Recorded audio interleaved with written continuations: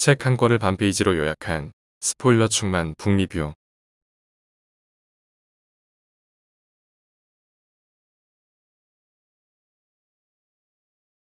스타니스 어프 램의 솔라리스. 두 개의 태양을 공전하는 미지의 행성 솔라리스.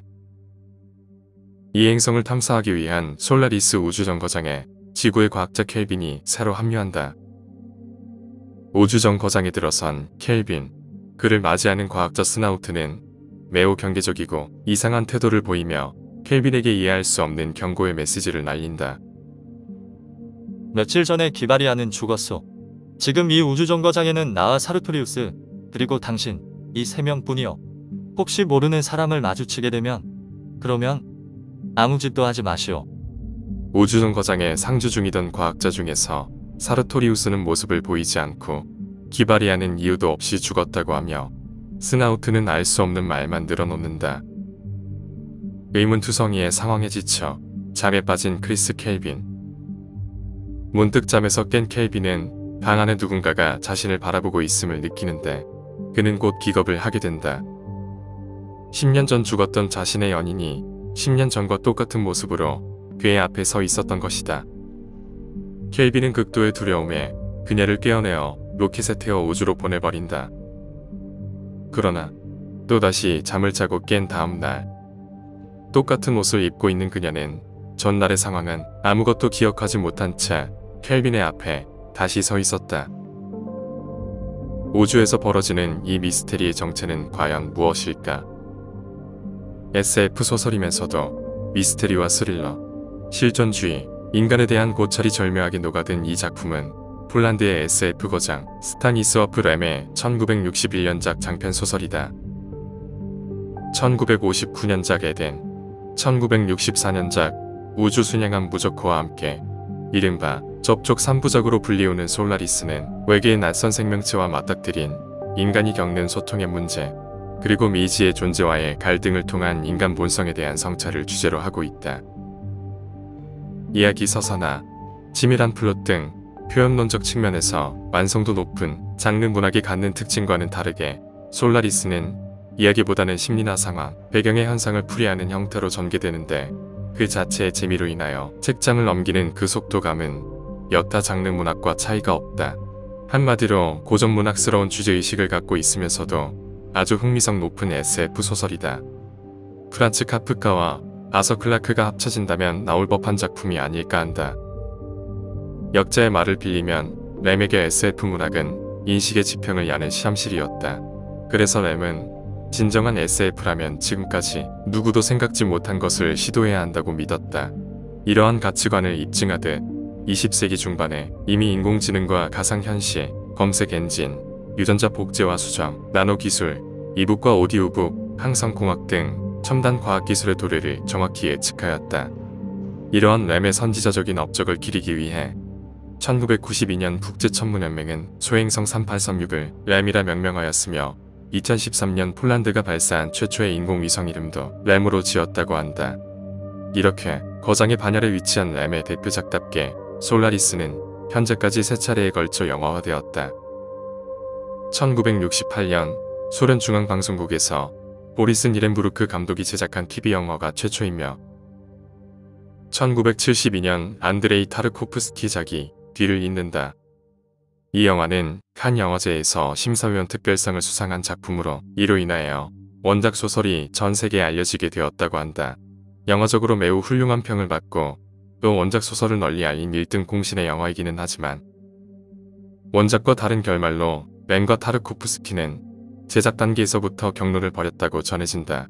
구원하자면 영화는 원작에서는 나오지 않는 주인공의 배경에 대한 설명과 묘사, 그리고 이야기 속에서 끝까지 실체가 밝혀지지 않는 것들의 가시적 표현 등이 추가되어 있고 무엇보다도 결말 자체가 다르다.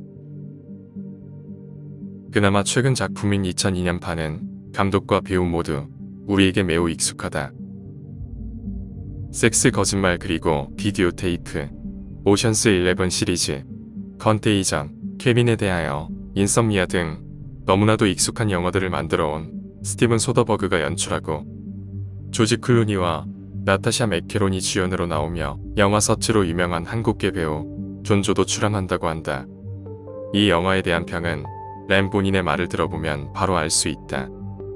나는 이 작품에서 어딘가에 확실히 존재하지만 인간의 개념이나 생각, 이미지로는 담아낼 수 없는 어떤 미지의 대상과 인간이 서로 만나는 비전을 창조하고 싶었다. 이것이 내가 이 책의 제목을 우주의 사랑이 아닌 솔라리스라 정한 이유다. 솔직히 이 버전의 영화는 보지 않았지만 안 봐도 뻔한 헐리우드 스토리가 그려진다. 사랑을 기억하는 순간 다가온 신비로운 사랑이라는 영화 포스터 카피가 내 편견을 확신시켜준다. 헐리우드라서 나쁜 것은 아니지만 아무리 영화적 각색이 들어갔다고 해도 원작의 주제 자체를 훼손하는 것은 아니지 않나 싶다. 줄거리는 복잡하지 않다. 본 영상 초반에 나오는 것처럼 주인공 켈빈은 우주정거장에서 벌어지는 미스테리한 상황을 밝혀내고자 한다. 스나우트와의 토론과 행성 솔라리스에 대한 연구를 거듭한 끝에 연인이었던 하레이가 자신에게 자꾸 나오는 것처럼 스나우트나 사리토리우스 등 다른 과학자에게도 누군가 끊임없이 등장한다는 것을 알게 된다. F형 성물 또는 손님으로 불리우는 이 존재는 진짜 사람이 아닌 사람의 기억이나 집착 그리고 영혼의 대상물이 실체화된 합성물이었던 것이다. 그렇기에 사람마다 등장하는 손님도 다르다. 켈빈은 10년 전 연인의 자살의 책임을 느끼고 있었고 그것이 그의 영혼에 큰 작용을 하고 있었기 때문에 켈빈에게는 그 대상인 하레이가 등장하는 것이었다. 마찬가지로 스나우트나 사리토리우스에게도 각자의 손님이 존재하지만 소설에서 그 실체의 표현과 구체적 묘사는 없다. 이 부분에서 영화와 차이가 있다. 그렇다면 이 미스테리한 손님은 누가 만들어 보내는 것일까? 솔라리스의 과학자들은 학습과 토론 끝에 솔라리스 행성에 살아있는 바다가 손님을 만드는 것이라고 결론 내었다. 솔라리스의 바다는 지구의 바다와는 달리 지능과 미지의 능력을 보유한 하나의 유기체로 판단하고 있었기 때문이다. 이 탐구 과정 속에서 켈빈은 하레이에게 또 다른 애정을 갖게 된다. 예전의 연인 하레이가 아닌 현재의 손님 하레이를 사랑하게 된 것이다. 그러나 하레이는 자신이 사람이 아닌 존재임을 자각하게 되고 자살 시도를 한다. 다시 살아나지만 결국 스나우트에 의해 분해당하여 소멸되어 버리는데 이에 켈빈은 슬픔과 분노를 느낀다. 그러나 켈빈은 곧 다시 솔라리스 탐사에 나서며 행성과 인간에 대한 사색을 하며 이야기는 끝난다. 솔라리스는 처음부터 미스테리로 시작해서 끝까지 미스테리로 맞춰지는 작품이다. 미지의 현상과 객체를 이야기 전개의 떡밥으로 던져놓고는 끝내 회수하지 않는 것이다.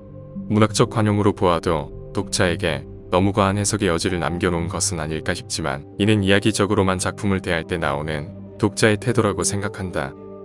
다시 한번 곰곰이 작품을 생각해보면 솔라리스는 그렇게 이야기 표면적으로만 대할 대상이 아닌 것 같다. 이 불친절한 전개는 램이 전달하려는 메시지의 또 다른 표현뿐 아니었을까 싶은 것이다. 매우 궁금하기는 하지만 떡밥의 정체는 중요하지 않다.